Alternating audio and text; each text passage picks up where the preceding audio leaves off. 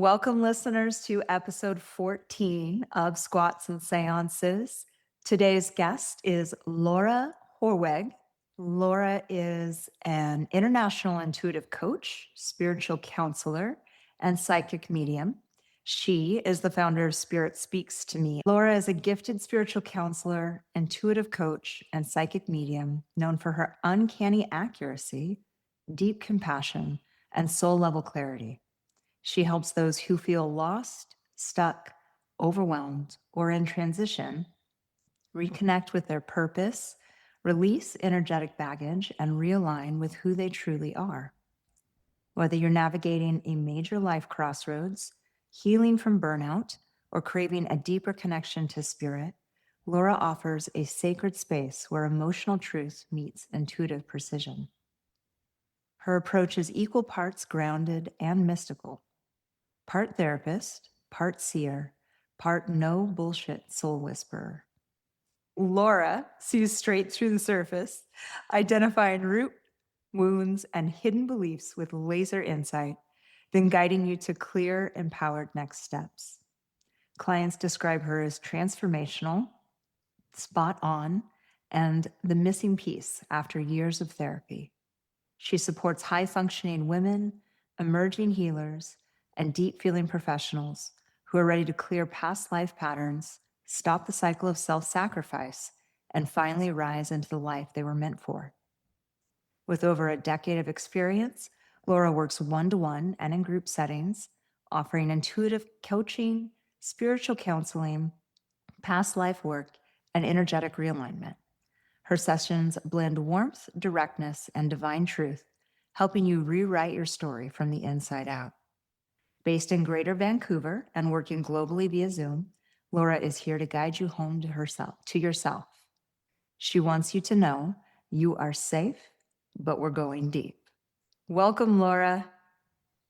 Thank you so much, Vanessa. Yeah, I loved your background. I love that bio. It really spoke to me on a lot of levels. It perfectly aligns with the spiritual path that I've been exploring for myself. So I'm very excited to talk to you today about things including tapping in. Teared up. Oh, that was genuine. That was like really everything about what I read there. I just thought, yes, I am so grateful you reached out to me. I'm really excited to see where our conversation goes. Hopefully we can talk about tapping into intuition, aligning with purpose, what it means to build resilience and thrive, especially in today's world climate. I also want to talk about you in particular and how your own story plays into the guidance that you offer clients. And before we start with kind of the standard questions and answers for new guests, I always ask the first-time guests on the show, what does gritty mean to you?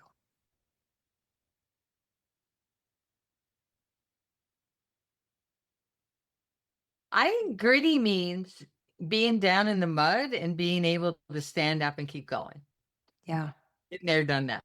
Yeah, you have. I mean, I Yeah. haven't even talked to you yet in depth, but just from reading your history on your website and on your bio, you've been through it and you are resilient. And Yeah. that makes gritty. And I asked this question because the community that I wanted to build by starting this podcast is a community for the gritty. And often people think to be gritty means to be closed off, but I don't think that's true. No. And you know what? I've found over the decades that I always thought my strength and my resilience came from my physicality and from my mental acuity. And I discovered along the way that actually our true strength comes from our vulnerability. So if you're not allowing yourself to touch your vulnerability, you really haven't connected to your true strength yet. Wow. I just got goosebumps. That is so true. Listeners, I hope you heard that. Let's talk You about can use that quote. That's amazing. I will. Thank you. I would love to talk about your journey to present day. You've been through some things. We can begin going back. You mentioned that you really started on the path to present day around age 11. Sounds like that was a key moment or pivotal I was moment going to in say, your how life. far do you want to go back? Yeah. 11's pretty young. I mean, we could go there. We could start at 11, saying that you Well, sought out gods and angels, not in church pews, but in whispers, visions, and cliffside awakenings. And that in particular, you said there was a profound out of body experience at 15 that cracked you wide open. And I think that's a really good place to start. What okay. happened? Okay, well, the reason I was out in the wilderness to begin with is because that's actually where I found my true connection to spirit, my connection to God, the universe, whatever source, whatever word you want to use. So I was out in the wilderness and I was actually at a canoe camp, but we were also learning how to rock climb and how to rappel. So I was up on a really high cliff, probably 200 feet or more, and we were rappelling, but we were taking a break, and we were just looking out, and it's in this huge provincial slash state park for my American friends, and up in northern Ontario, and looking out of from this cliff, there was nothing but wilderness. There's trees and rock and lakes and rivers, and it was just like awesomely beautiful, which I think is what this beauty of nature is what catalyzed this whole experience. And what happened, I was just standing there, looking out at this, and all of a sudden I just felt like this. The only way I can describe it is like a whoosh. And I actually, everything that's truly me, my energy, my spirit, my soul, whatever you want to call it, just came right out of my body. And all of a sudden I found myself up in the sky, looking down at my compadres sitting around on top of this cliff. And I'm up there going like, wow, what is going on? Right. At 15. At 15. At 15, yes. Oh my God. Yeah. And I'm like, wow, what's going on here? But it was amazing because there was no fear. There was none of that. It was just more a state of awe and wonder. And I felt hugely expanded. I still felt like me, but I felt like I was also part of everything else. And just as I was thinking, wow, it doesn't get better than this. It was like, as soon as I thought that, it was like whoosh again. And all of a sudden I found myself outside of the earth, looking down on the earth. And I'm like, whoa, this is really cosmic. And it was an incredible experience. I'm going to date myself a little here because when I was really young, that's when they had the first moon landings. And that's when all the space stuff was on TV. And I remember hearing one of the astronauts talk about the incredible experience of seeing the Earth, because that was the first time that any of us saw the Earth from outside of the Earth. And I just went, wow, I get that now. Like, I totally get that experience. Yeah. And again, I was just like, I felt totally safe, totally held. I wasn't afraid at all. And all of a sudden, again, just as I thought, wow, this can't get any better. This is a theme of my life. Can't get any better. Like, whoosh, again. And all of a sudden, I find myself literally out in the universe because I'm seeing all these different spiral galaxies. But I had all this knowledge too. Like I looked over there and I went, oh, yeah, that's the Milky Way and Earth's right about there. And I'm looking at all these other galaxies and thinking, wow, this is fantastic. And I literally said to myself, what could possibly be after this? Because now I was expecting something. So I'm like, wow. And I was just getting ready to get into that fact of, wow, there's going to be something even better than this next. And then all of a sudden, seriously, it was like Star Trek. It was like this gigantic hand grabbed my energy and pulled me back into my body. Right. And the only way I can describe the feeling is like, I use this analogy. It was like taking a basketball and stuffing it into a Coke bottle. Okay. That's what it felt like. Because my energy was so expanded that it was a really tight fit to get it back into my little puny body. And actually it took me about 3 or 4 days to actually feel totally back into my body. But then, and this felt like hours, at least an hour, hour and a half. And I realized once I got back that it was like seconds, literally seconds, because what had actually happened in the 3D is one of the instructors that was working with us, teaching us climbing and rappelling, he got a little bit nervous that I was too close to the edge of the cliff.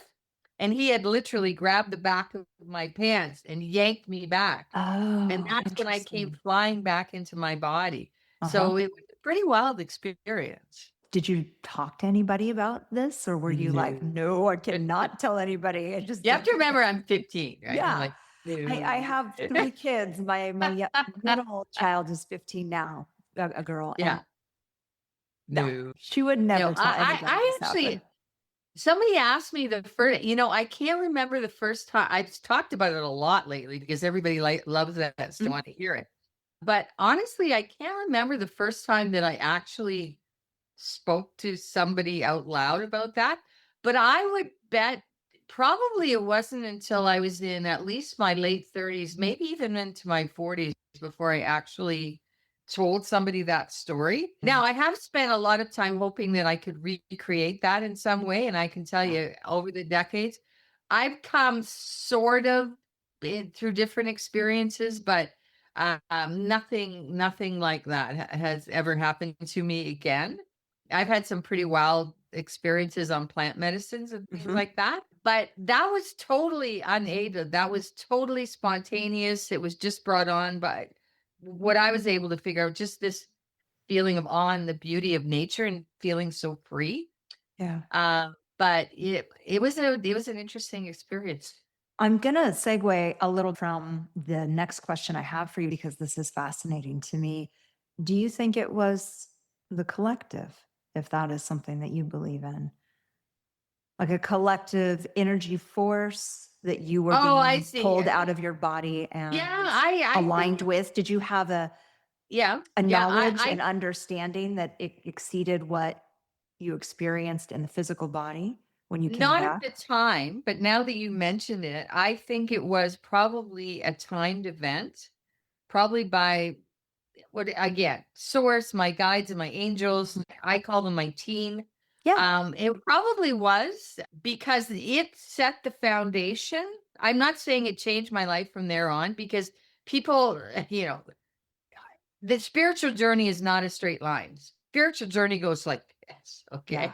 And that was definitely a peak experience at that age. But I never really got into spirituality very much at all in my teens, later teens, or even 20s. My 20s were party land. Probably I didn't really even get back into spirituality. I would say probably mid to latter 30s is when I started really getting back into diving kind of headfirst into spirituality. It's good that you brought that up because I've never thought about it that way. But I actually think that was a way that my guide set the stage for things that happened later in my life because it totally changed the way I thought about life, death. It totally changed the way that because obviously I was out of my body, but I wasn't dead. This Right. isn't like an NDE. And Yeah. I've had some, I would say, quasi NDE experiences because I've nearly died so many times, but not the full experience, but partial experiences. And it was nothing like that. It Mhm. had some similarities, but it's nothing like crossing over to the other side. It's more, I would say, it's more closely related to like astro traveling. Yes. That's Okay. what I would say it Mhm. would be more like, is like astro traveling. Interesting. Let's Yeah, jump ahead to sounds like 30s, maybe late 30s. Is that when yeah, spirituality probably. Yeah, kind of came yeah. forefront in your life? And what happened? Was there a catalyst? Was there one event, or was it just the slow progression of I think it was more of a progression Mhm. because I started, well, see, I was very scientific too. Even in school, I was very much into science and I started doing a lot of reading. Oh my God, my spiritual library, actually I had to deplete, I had to cull it because it was ridiculously large and I didn't have the space anymore to put it. That's a So woman I got after rid my of, own heart. I love yeah, I research. got rid I'm of very half the research stuff that I oriented. had because I'd read them all. Yeah. I don't know why I was keeping all this stuff because I'd read them all. And I went, what am I doing? So I really got into reading a lot of spiritual books. One of the ones that really got me, because like I said, I had a real science bent, was a book by, it's an old book. It's by Gary Zukav, Seed of the Soul. And he Mm. was Gary Zukav well, not was, I think he's still kicking around. He might be pretty up there now, but he was a physicist, he was a physicist. And this is a very incredibly spiritual book about the soul, written by a physicist. Now, today, that's not so. so strange because all the physicists now, because of quantum physics Yeah. and that, they've all gotten into spirituality. Actually, they're probably some of the most spiritual people on the planet because now they've realized that they're starting to prove all of these spiritual tenets that, were so poo-pooed for so long. Even the multidimensionality thing, they've Yep. proven it up to 13 dimensions, but I can tell you there's way more than that. But they've actually got proof up to, I think it's the latest was about 13. So Okay. yeah, so there's all those kinds of weird things. So it was an education thing, and then I started getting into groups and then into my early 40s, there used to be a big spiritual, I think it was called the spiritual community online. I actually met my partner through that uh, Oh, I love before online that. dating. It was Yeah. online, but it wasn't online dating. I actually met him through the spiritual community website, and because there used to be live talks and interactions and all kinds of stuff for people all over the world, mainly United States and Canada, but there was people literally from all over the world. So that kept going.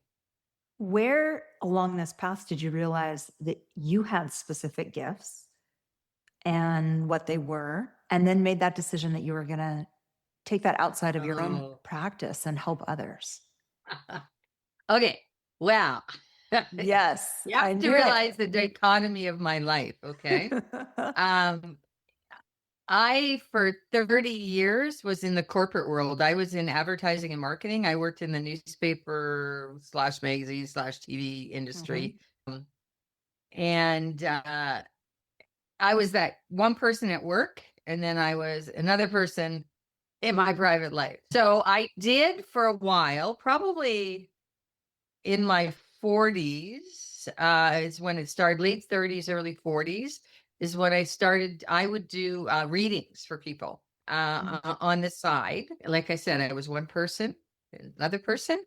And I did that for quite a while, but then around 52, my whole life imploded and exploded.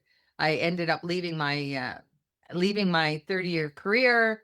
Yep. And shortly after that, my partner ended up passing away suddenly, and there was just like one thing after another, and it sent me spinning into a massive Yeah. healing journey.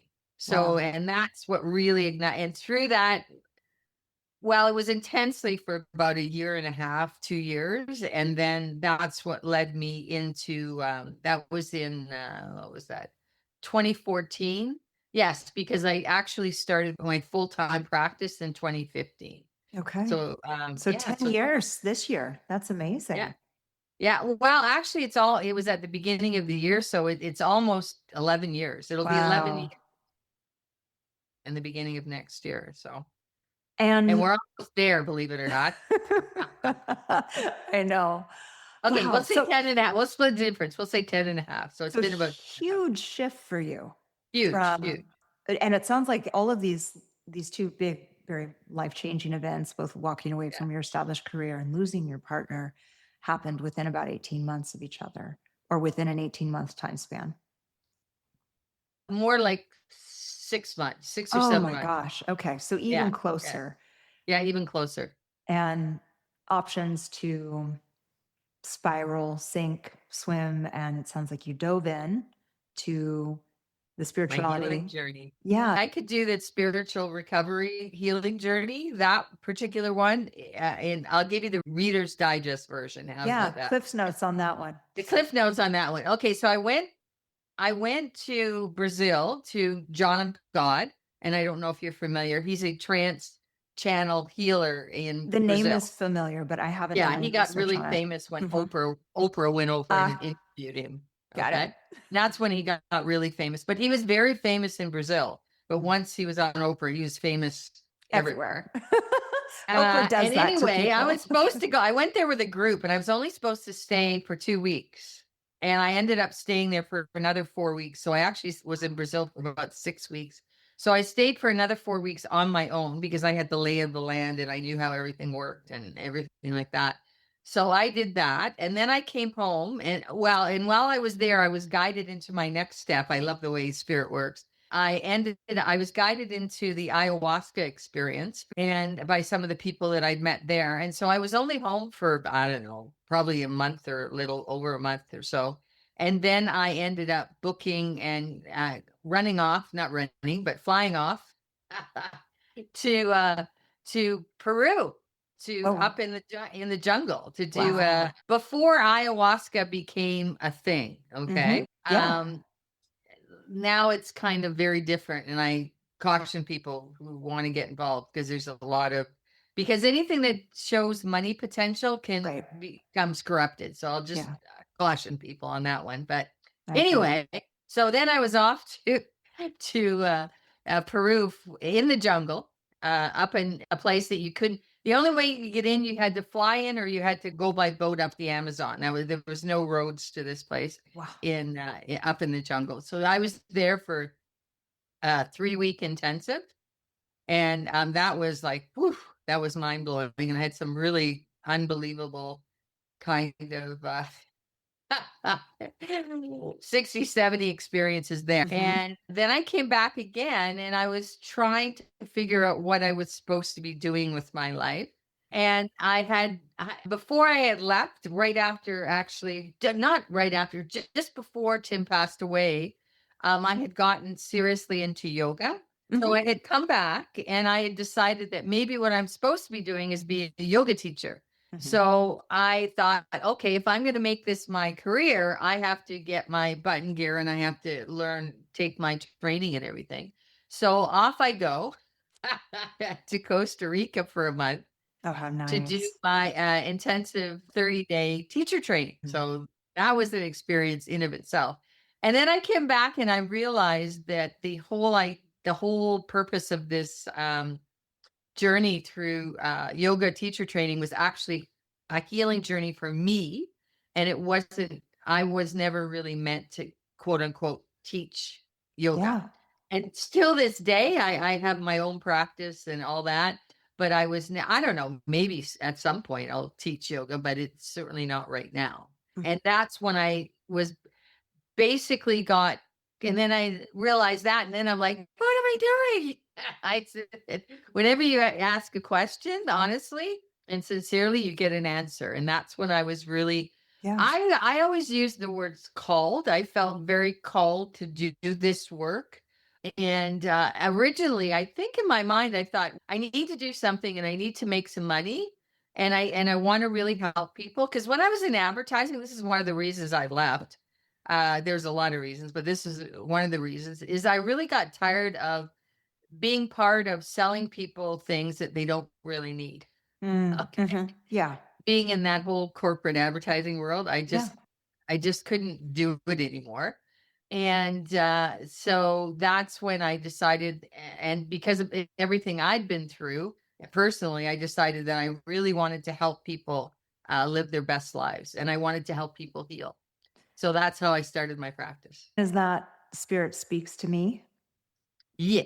the name of the practice that you Yeah. started? And I Yeah. will Yeah. include a The name of my business. It's the name of my website. It's the name of mhm. my Facebook group. Yeah. And what I read from there was that you work with conscious, intuitive, high functioning individuals who secretly feel stuck, misaligned, or feel like they've outgrown the life they're in. Is those the kind of clients that you found have come calling?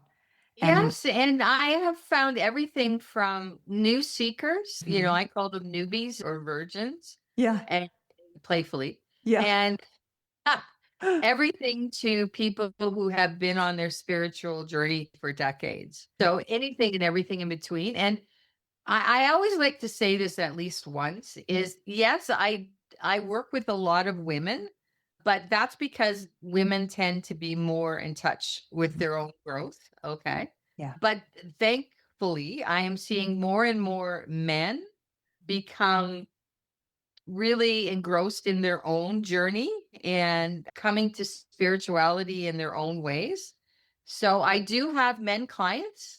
Some of them come to me directly, but I will be honest, most of them come to me through a second party or a third party, i.e., a wife, a girlfriend, a Yeah. mother, a A woman sister, in their life that a says, woman you in need their to go life. talk to this woman. Yeah, yeah, exactly. That's usually the way it happens, you know. That's great. Um, but that's fine with me, and I like dealing with men. I'm finding now that I'm moving more and more into no, they just stop me. See, this is what helps when you have a group because when something's going to come out of your mouth that isn't quite correct, they stop me. Your spirit So I was, guides, your team, yeah, my they say guides. don't say that. Yeah, they don't say that way. That's not what's me. So what I mean is, I don't really care where somebody is in their journey, but the people that I really want to deal with are the people that have a willingness and a calling to move forward. Okay. I'm kind of getting to, I don't get many of these people these days, but I still am getting some.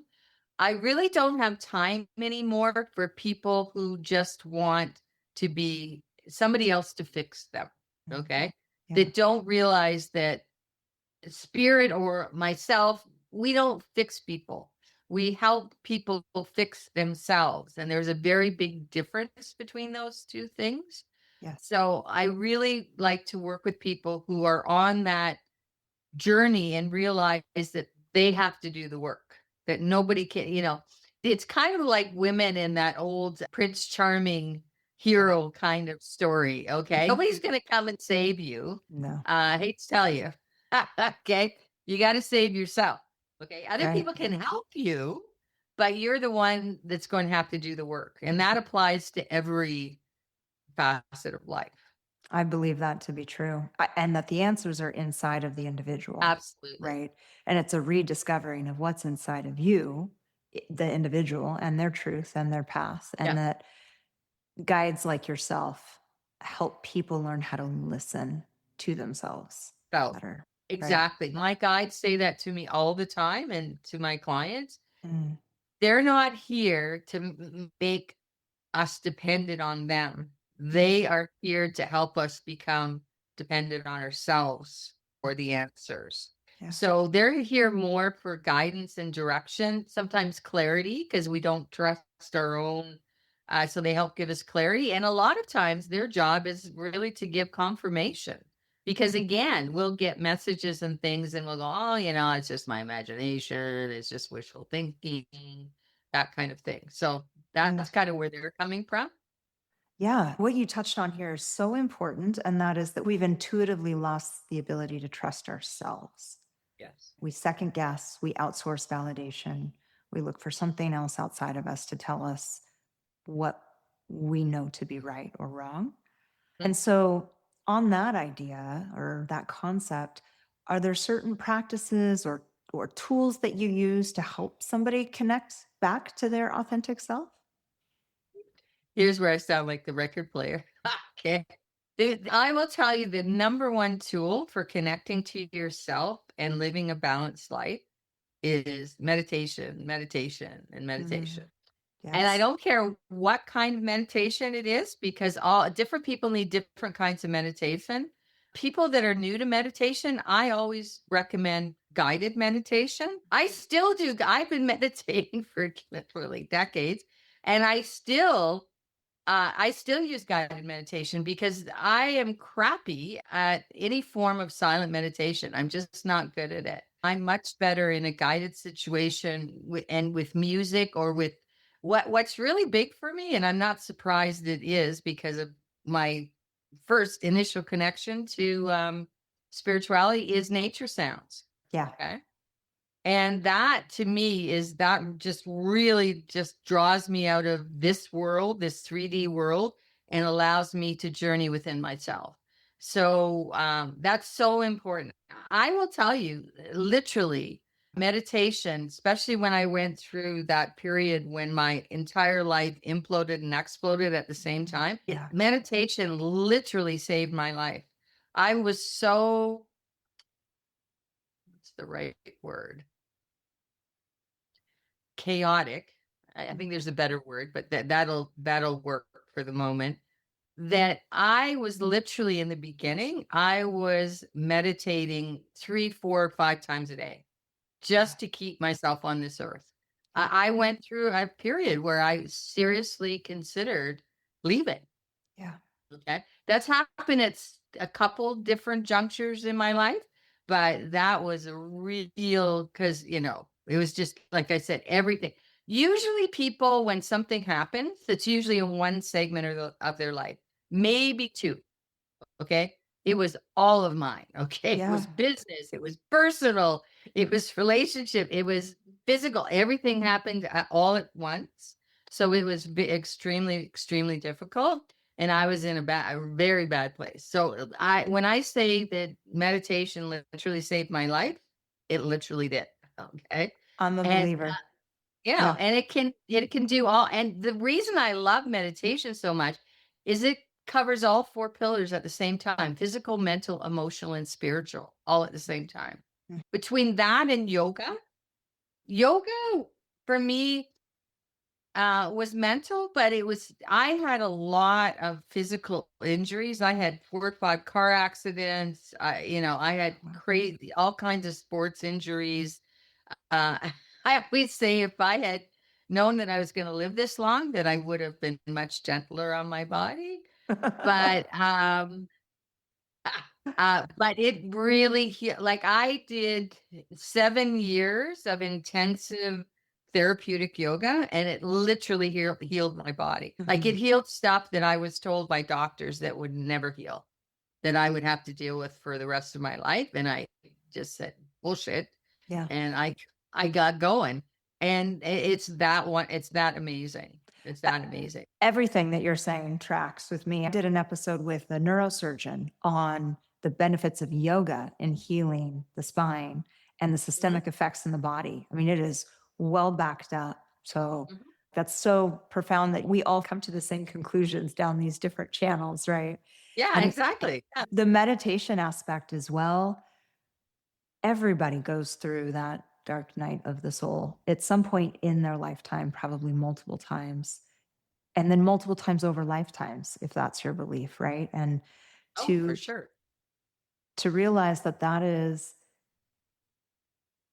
not, it should not be stigmatized the way I feel it is, that nobody feels depression or nobody has suicidal ideation. I think that sets this impossible standard bar that people then hold themselves to, that just drives them further down when they're Oh, in those absolutely. spaces.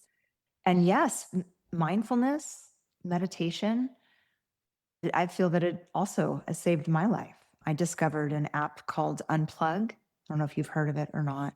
It's just a meditation app. There's so There's so many. many. There's Oh, there's so so many. many amazing. Like I Yeah. I discovered Calm. Yes, Calm was Calm's the another first one I one. Mhm. discovered. The other one that I worked with quite a bit is what is it? Oh my God, Headspace let me was a try good something. one for me. Headspace. Mhm. Headspace. There's the And other one. I don't know if he's a real guy or not, but Andrew, who does the voice for Headspace, I don't know if it's a real Andrew or if it's an AI Andrew, but his voice is so soothing that it used to be the only way that I could sleep when I had horrible insomnia.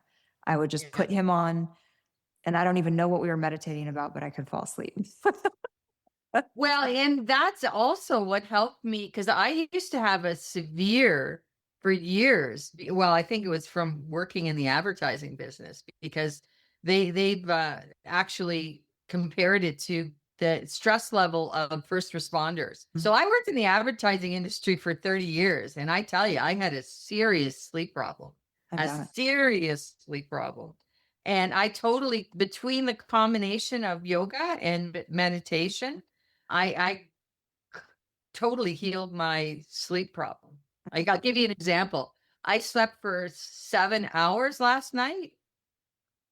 2.5 hours were deep sleep, 2.5 hours were REM sleep. That's 5. So if you put them together, that's 5 hours of deep sleep out of 7 hours. That's like That's that's unbelievable. amazing. Do you Yeah. wear some kind of biofeedback tool so you can track that? No, but I will tell you, yeah, I'm not trying to sell these, but I have noticed a change. Like I solved my sleep problem before I have a one of those grounding sheets, Yeah, I've heard of them. and they're expensive. They've got silver fibers in them. They Mhm. actually work really, really well to help keep you grounded. And honestly, right now, with all the energetics that are going on the earth, because of stuff that's going on in the sun, because of all these asteroids, because of the cosmic crap that's going on out there. Yeah. I would highly recommend some form of grounding while you're sleeping, because let's face it, we're spending anywhere from 5 to 8 hours, Yeah. a third of our life in bed, or we should be. Okay, sleeping. I'm Yes. not talking about Ideally. energetic exercises. I'm talking about sleeping. That should be the most grounded place that we have. And the other thing that I really talk to people about in terms of healing and being grounded is being outside. Like Mhm. I go right back to my roots. Nature is my place. And the Japanese even have this thing now, they call it forest bathing. I love that. Yes. What is the term for it? Forest bathing. I know I forget the actual. I the wish I could actual remember the Japanese word Japanese for it, words but for it. Yeah, yes. but that's the translation. It's forest bathing, and just being near trees. And the more we find out about trees and what is it, mycelium? It's the all Mycelium. mycelium. Yeah, there we Mhm. go, mycelium. The And underground network that is the connecting underground all of network, them. that Yeah. all the trees are connected and everything. Like I knew a lot of this stuff intuitively, but now this is what I'm talking about. How science finally catches up to the Yeah. things that we either know spiritually or we know for ourselves intuitively. So those are all things that absolutely people can do, and these are all very simple things. Like, but you need to. It's not something that you do for 3 months or 6 months or a year. I'm talking about making lifestyle changes, and this is what people don't understand. It's not something that you do as a temporary fix. It's something that you incorporate into your life. And I've really learned that. And that my new one, because I've been having some issues, my new one is I've always been fairly healthy in the food department. A big component. Yeah, I have had some problems since COVID. Well, here's another thing. I'm talking about resilience. I had COVID at the end of 2019 before we knew what it was. Okay. I thought I was deathly ill for 3 weeks. I mean, I was in bed for 3 weeks. And luckily I have an ensuite because I literally was so weak I had to crawl to the toilet. Oh my God. I thought I had pneumonia. Mhm. Okay. Because From this the is coughing, the before we knew what. respiratory. Yeah, I thought it was pneumonia. And you have to realize I'm a person who almost never gets sick. I mean, never. And if I get a cold, it's maybe 4 days, maximum 5 days, and I'm bounced back and I'm bushy tailed and little ever ready bunny, ready to go. Okay. Well, I was deathly ill, bedridden for 3 weeks. And then it took me, I almost checked myself into the hospital, and then at that point, when I was ready to check myself into the hospital, I started getting better, and I thought, okay, no, I'm going to stay home. And I'm glad I did, because they probably would have killed me in the hospital, but that's another story. Yeah. So it took me another 4 weeks after that, 4 to 6 weeks to get back to feeling human. And by that time, we discovered that it was COVID. And I went, that's what it was, because I'd never been that sick in my entire life. But the short story is I also had some long COVID, some complications from COVID. I had heart issues from after COVID. And it took me, because when I started finding out that there was a problem, we were into lockdown. And then I couldn't get properly diagnosed. Right. Make the long story short, I ended up having open heart surgery in August of 2021. So it's been a long recovery. They tell you it's about a year to a year and a half recovery. Bullshit. Okay. Yeah. It's way longer than that. Like that's the recovery from the actual surgery, but the actual recovery to your body takes way longer than that. And something I never even wrapped my head around till later. I had some issues happen and I realized what was going on. They cut right into your heart chakra, not to mention they take out your physical heart and they Yes. play with it. Yes. And I had some energetic things going on and I couldn't figure out what's going on. And then all of a sudden, a year or so later, I realized, Laura, you should have got this right away, because they screwed around with the heart chakra. Yeah. So there was a lot of things going on energetically and physically. So that was not the Can I best share time. something with you? What you Sure. just said really resonated with me. I had a total hysterectomy just over a year and a half There ago. you go. Yeah. I've been having some issues with sacral chakra and things just don't feel right. And I thought, oh, it's just perimenopause. What's going, there's a medical explanation for it. I think you just touched on what it was. And that Oh, hey. aligns with some literature I'd been reading. I'd done a bunch of energy work with the chakras, just reading about them and then meditating and doing some work on myself. But that really tracks. So thank you for sharing that. 'Cause I feel like spirit just gave me a little Well, reminder. I would suggest to you or anyone else who's had a similar issue, whenever they're dealing with things that are directly connected to your major chakras, after you have such things like your hysterectomy, that's Yeah. huge for your sacral chakra. And they're also saying for your root chakra, by the way. So you've probably been feeling ungrounded. I would suggest that you find yourself a good energy healer, which is part of what I had to go through too.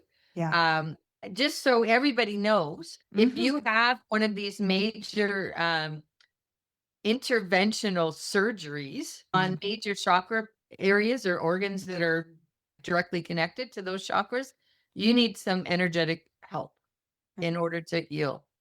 Because the physical healing is one side of the game, but the energetic healing is a whole other ball game.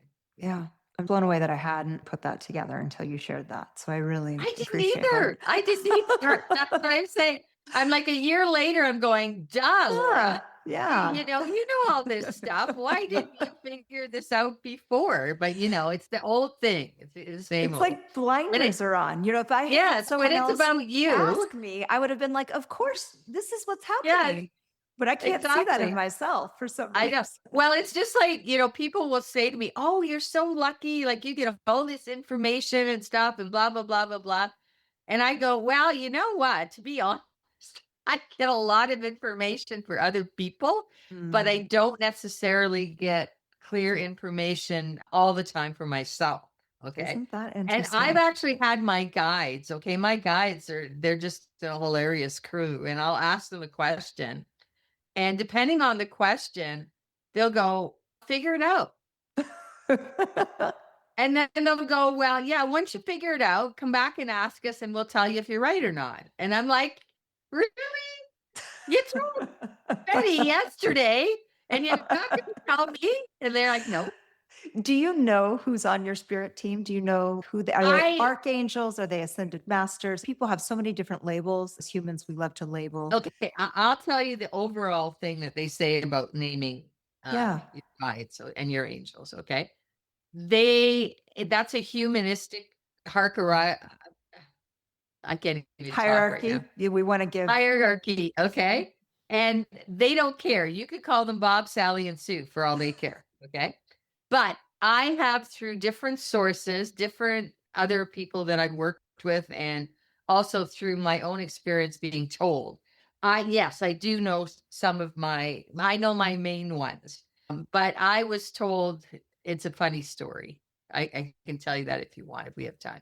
But how I have a really large group. I have a big team, okay? And it's not about ego. It's not about some people have big teams. If I see somebody that has a big team, I know right away that they're here to help a lot of people. Okay, so it just makes sense. You're here to help a lot of people, then you have a big team. Okay. That makes sense. But having a smaller team or a bigger team, it doesn't matter. Okay. I have like a humongous team. Like I've actually been told by a really good experienced energy healer. She says, Laura, you have so many guides and angels. I just have trouble fitting myself in the room. There's Wow. so like she says they literally line up in rows Yeah. when I'm working on you. She says, fuck, I have to ask them to just get out of the way for a while, right? That's amazing. Yeah. So my biggie, my boy is Archangel Michael because I am from the family of Michael. I'm a warrior angel. And you'll laugh at this, but people not knowing this from the time I was very, very young, one of my nicknames, and people have called me this that are totally unrelated to each other. Okay. So it's not like it got passed around. They call me the warrior princess. Oh, Okay, so it tracks, right? So because anybody who knows anything about Archangel Michael, he's the warrior angel. Okay, the other one, and this says every time I mention her name, everybody, because it's so caught up in Catholicism, but I can tell you she has nothing to do with Catholicism, is Mother Mary and her mother, whose name is Anna, which a lot of people don't know. interesting. Those are the three that I know by name. Like I Yeah. said, I got a lot more. There are, there's some ascended masters, there's other angels. If I'm working on something, and this is true for everyone, if I'm working on something in particular and I need a certain kind of help, there will be what I call specialists who will come onto my team. Your team, what I call your core team, that's the team that you come in with Mhm. and stays with you until you leave. But Mhm. everybody can have specialists or loved ones. Like Yeah. I'm sure Tim is on my Tim. Yeah. Yeah, I never thought about that, but yeah, Timmy's on my team. Yeah. So yeah, so those are my big ones. And I have discovered all of them in very different ways. Actually, I discovered Mother Mary. I discovered Mother Mary when I was in Brazil at John of God. Because Mother Mary is one of the guardians. Mother Mary is not who people think she is. I've been shown that Mother Mary was actually an archangel. It's as far as I've been told, archangels never come into human form. Okay. Oh, interesting. She had to make a major sacrifice in order to come into human form because she took on the mission of being Yeshua's mother, and that whole bringing, basically birthing the Christ consciousness on earth. So Mother Mary was actually an archangel who agreed to step herself down so much in order to come into human form and to birth Christ consciousness on the earth. That's amazing. Yes.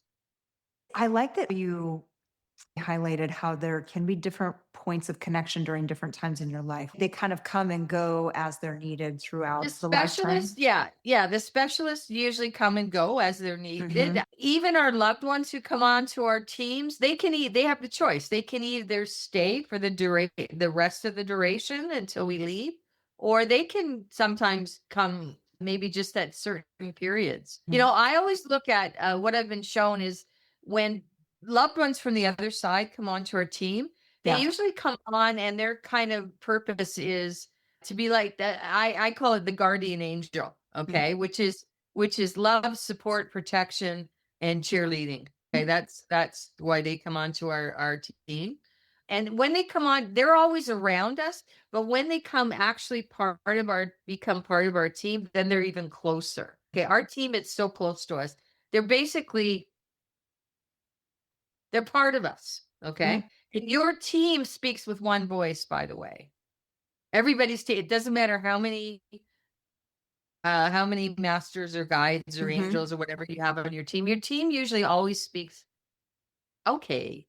There's a couple of exceptions.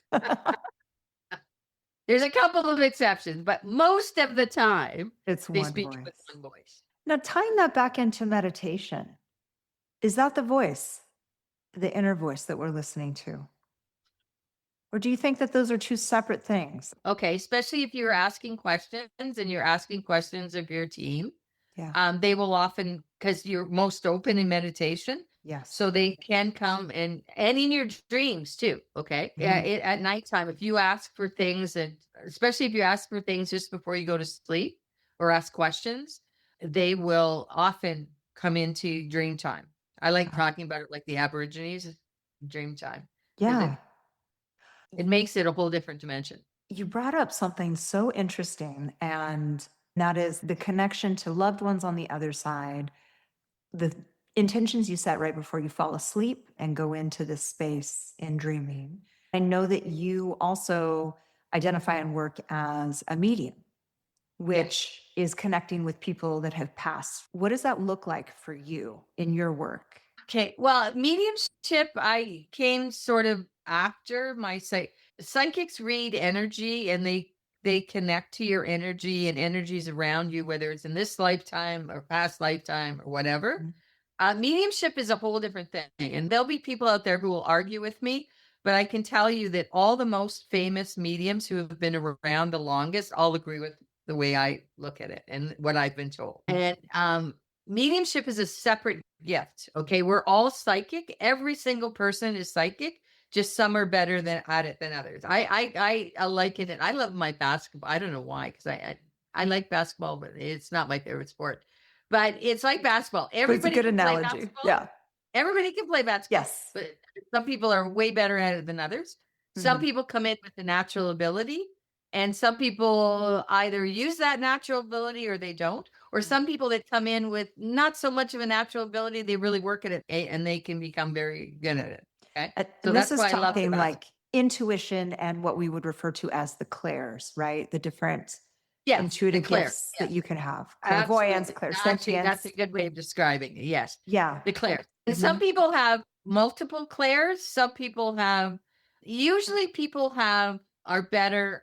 Like I have all the clairs, but I'm certainly better at some more than others. But mediumship, this is the point I want to get across, because this is what a lot of people, even spiritual people, a lot of spiritual people don't understand.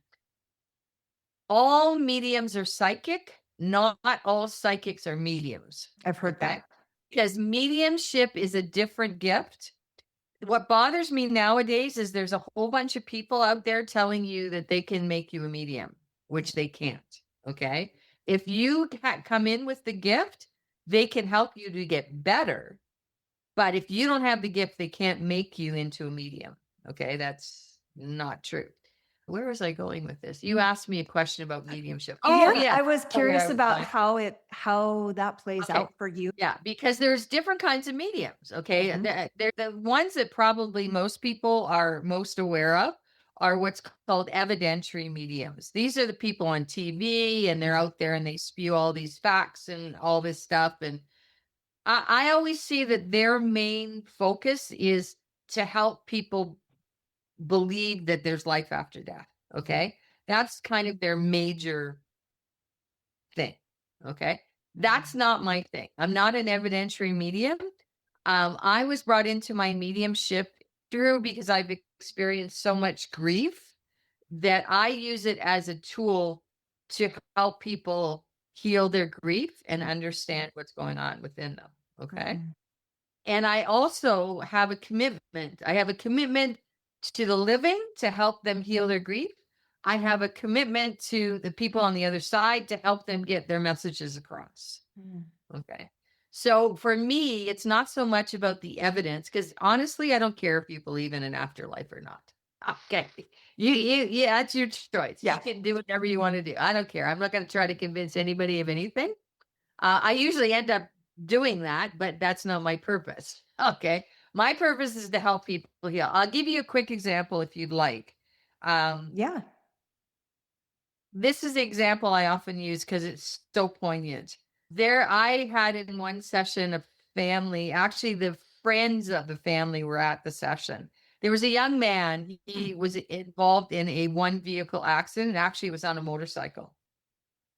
And he actually ran his motorcycle into a big tree and killed himself. Okay. Yeah. Because of the evidence at the scene, the lack of skid marks, the lack of trying to avoid the tree, all this stuff, the police ruled it as a suicide, which absolutely devastated, which is common. If there's I'm not saying the police did anything wrong. I'm just saying they just followed their protocol. They followed the evidence. Okay. And so they deemed it a suicide. And this just absolutely devastated his family, his brother, his friends. And unfortunately, with young people, especially young males, suicide is contagious. So he had one of his friends, and I think even one of his brothers at the time, became suicidal themselves. Okay. And his family was just destroyed. And they were just in the most. It's one thing grieving. It's another thing when you think somebody's taken their own life, because there's all kinds of guilt and remorse, and we should have seen this and we should have seen that. There's all of these different elements that go into it.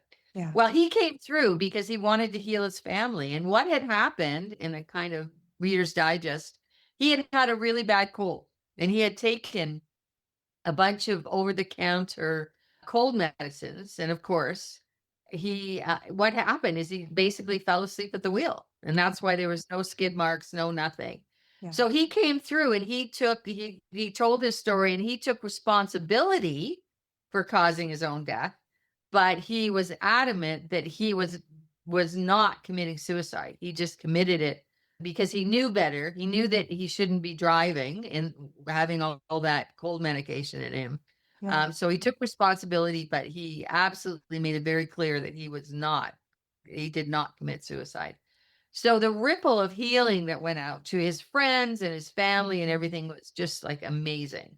See, that's what I want to do. I want to help people understand, help people heal. That's what I do with my mediumship. That's amazing. Where along the way for you did you realize that you could connect with people that had passed? How did you realize you had that ability? I don't actually, I think it was, okay, thanks for the help. I think it was when people, because people start in my other sessions, my regular psychic sessions, I started having people coming through from the other side. And this was when I started seeing how much it helped people. Okay. Because the other biggie for people is there's so many people who weren't there at the time of somebody's passing. And they end up having huge regret and guilt and remorse, and that they weren't there, to say goodbye, that they weren't there. And this causes people to continue grieving endlessly, okay, which is not what's supposed to happen. And that's what our loved ones on the other side know. They know that because we're in the physical, we have to grieve, but they don't want us to grieve forever. Okay. I've seen people who are still in grief mode, they get stuck. Okay. And Yeah. if you've read any of Kubler-Ross's material, like there's like what 5 or 7 stages, I can't remember, of grief. Mhm. And a lot of people get stuck somewhere along that road. Yeah. And when you see somebody that's still grieving after 10 years, Yeah. that is like, whoa, no, no, no, no. Okay. Because that's ruining somebody's life because they And grief, can't go on with their life. yes. And to add to that, grief is tricky. My own grieving processes that I've experienced, I think I'm through all of those things. And then something comes up and it is a triggering event. And I realize, oh, I was stuck. I hadn't actually moved past, or maybe I cycled through it. Maybe grief is more of a cycle until you Well, yeah, I finally think close it. it's a cycle. I always say, okay, I'll give you credit. I sometimes I don't know where stuff comes through, whether it comes me or through me. But anyway, it doesn't really matter. My guides they're funny. They love to tease me. That's why that if you don't know, Spirit has an amazing sense of humor, by the way. And that's probably why they picked me to do this, because I have a really good sense of humor, in case you hadn't noticed. I find funny and irony and everything. But what I was going to say is when a good test of whether you're healed from your grieving process is when you can talk about that person and not break into tears or not break down. Okay. If you're still doing that, you're not healed yet. Because when you're healed, you can talk about that person. You might get a little teary eyed, but the tears are tears of joy because you were remembering that person and how wonderful they were and wonderful things that you did with them. Okay. That's very different than tears of grief. Yes. Okay. You see what I'm saying? Yes. So when you can speak of somebody and in a wonderful way, and you can remember them without breaking down, then you know you're healed. Yeah. That's some. Actually, this begs being mentioned too. This is also when you can tell you've healed from a trauma. I was going to ask if you felt Yeah. that was applicable to experiences as well. Yes, it is applicable. See, they're way ahead of you. They can tell what you're thinking. I'm noticing that because Yeah, you're they like can tell what one you're step thinking. ahead of me. It's like you Yeah. can see the Yeah, questions no, in my it's the mind same as thing. they're forming. Yeah, it's the same thing with trauma. Okay, any kind of trauma. If you can talk about the trauma without breaking down, you've healed. If you're still breaking down, then you're not healed from the trauma. In that particular case, too, it's probably a sign that you may need some help getting through it. Okay, because there may be some stuff. Because there's nothing wrong with that. We can't. Some traumas and stuff we can make our own way through, but sometimes we all just need help. You know, Yes. I've gotten help, There's all kinds of stuff that goes on that we don't realize that there's nothing wrong with reaching out for help. Okay. Right. I will say for most people, talking to a friend or a loved one can be very supportive, but if you really want to heal, that's not the way to do it. Okay. Because there's a difference between talking. I talk about blowback because whenever you're talking to somebody about a trauma or about something that's happened to you, and you're talking to somebody that you have an emotional connection with, there's always a tendency for blowback, and you can't be as forthright and you can't really empty yourself out the way you could with a stranger. That's why talk therapy and stuff can help. It's definitely not the be all and the end all because of a whole bunch of reasons, but we haven't got time to go into all those. Okay. But I know what you But mean it will from help. my own It will personal help. experience. Yeah. Yeah.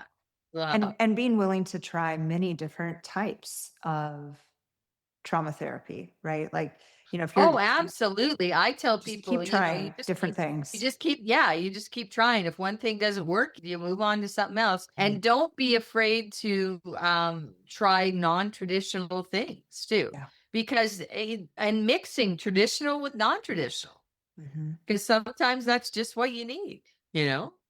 I also believe that to be true.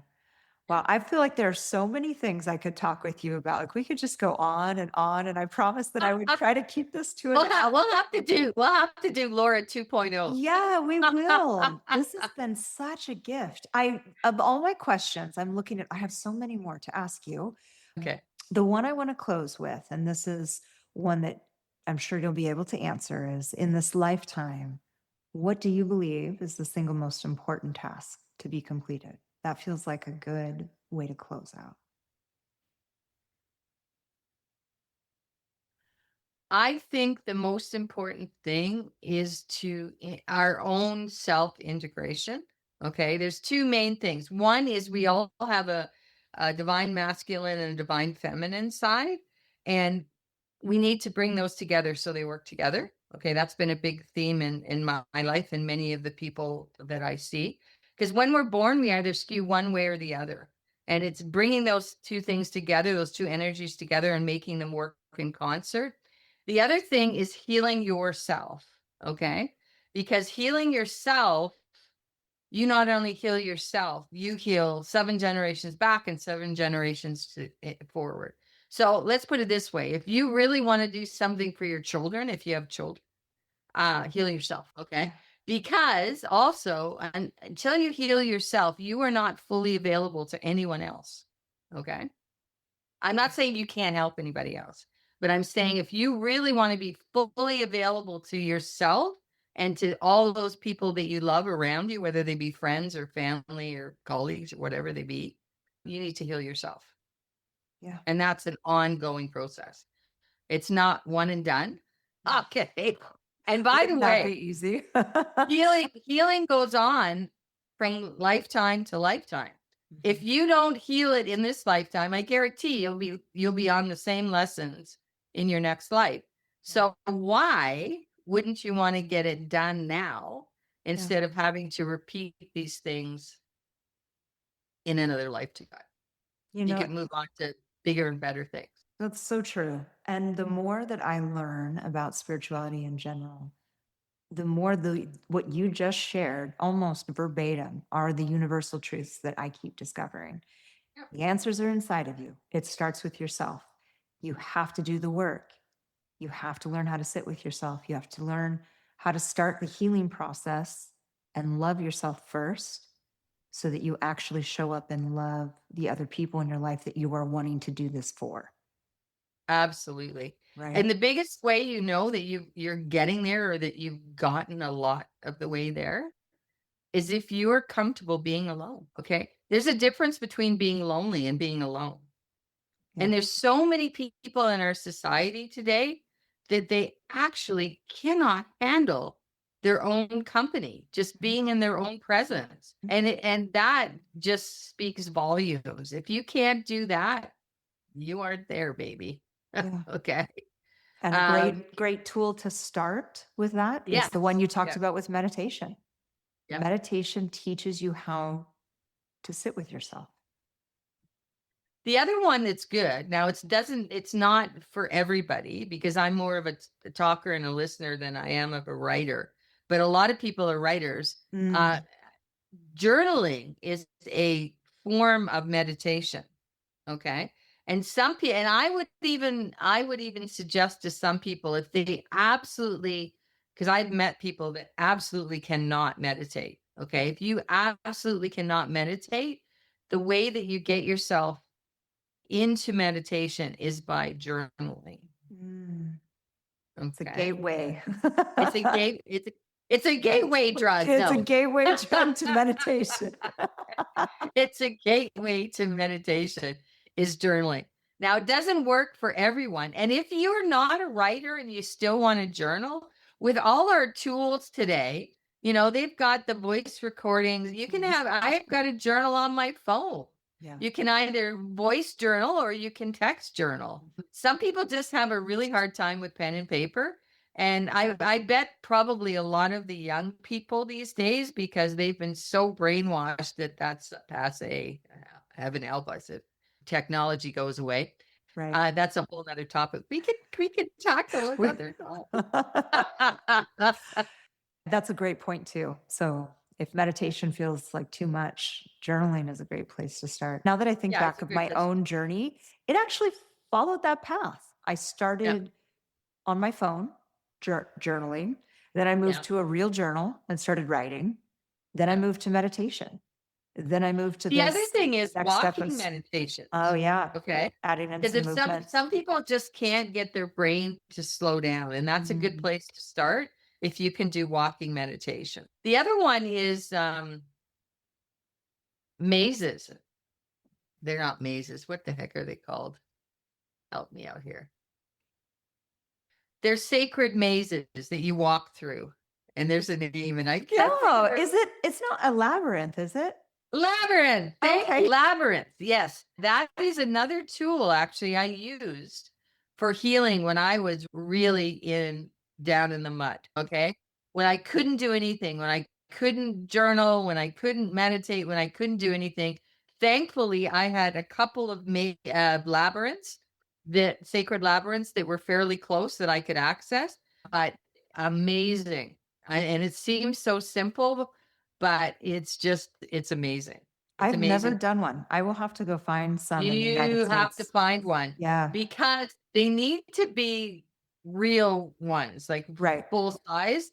Yeah, like I said, I was lucky that there's a couple that are around me accessible, but I would suggest that Google's your friend. Mm. Wherever you're living, just Google labyrinth. Some of them are outdoors. Probably most of them are outdoors. Actually, we have one in Vancouver that's in a church, adjacent church building. It's more like a auditorium section of the church. And they actually have, I think it's at St. Paul's, they actually have an indoor labyrinth, a full size indoor labyrinth, which is very cool. That's I made amazing. great use of that because you can go anytime, right? Yeah. It's not like Not weather you're out there. dependent. Yeah, it's not weather dependent. So so that's Right. something else. That is very extremely ancient mysticism, and there's energy wound up in all that. You can read about that. There's a lot of stuff around labyrinths, but they're very powerful. Yeah, absolutely. Thank you, Laura. This has been an absolute pleasure. I will include your website link in the show notes. Is that the best place for people that are interested in working with you or learning more about your services? Yeah, that's a great place to Mhm. start. Or they can email me directly. It's really easy. It's just laurahoorweg@gmail.com. Great. I also Oh, have a bunch of social links that if I Mhm. haven't already sent you or you can grab. yeah, And we can have those in the show notes too, because I'm all over Facebook. I'm on Instagram. I'm on perfect. X, Yep. LinkedIn, yada, yada, yada. Great. We will definitely network when this is Yada, going to come yada, out yada. this month. It'll be before the end of season 1, before the end of October. So we're closing out the season on the 31st. It's just Oh, that would be awesome. yeah, I'm excited. I felt like it aligns. I'm a Scorpio. We're in October. It is my favorite time of year. Well, And happy birthday. thank you.